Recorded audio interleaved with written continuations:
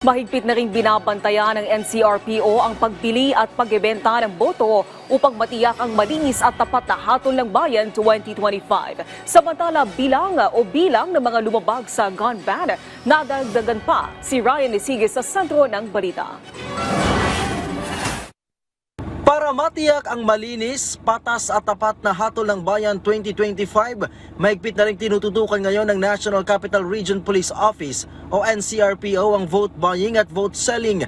Ayon kay NCRPO Acting Director, Police Brigadier General Anthony Abirin, ipinakalat na nila ang lahat ng kanilang units para paigtingin ang intelligence gathering at magsagawa ng proactive enforcement operations. Bukod dito, ay tuloy-tuloy din daw ang kanilang pakikipag-ugnayan sa Commission on Elections o COMELEC para sa implementasyon ng kontrabigay campaign na opisyal na inilunsad itong Pebrero para masawata ang vote buying, vote selling at misuse of state resources.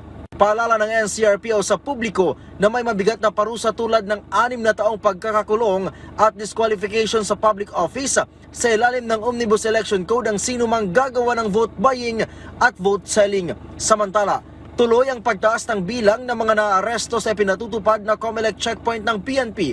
Sa pinakahuling datos ng PNP, umabot na sa mahigit 1,000 ang naaresto dahil sa paglabag sa gun ban. Nangunguna pa rin sa bilang ng mga naaresto ang sibilyan. Kaugnay nito ay umakyat na rin sa mahigit 1,000 ang nare-recover na iba't ibang uri ng kalibre ng baril. Umaabot naman sa mahigit 267,000 ang naipatupad na checkpoints sa iba't ibang bahagi ng bansa. Nananatili naman sa isa ang validated na election-related incident.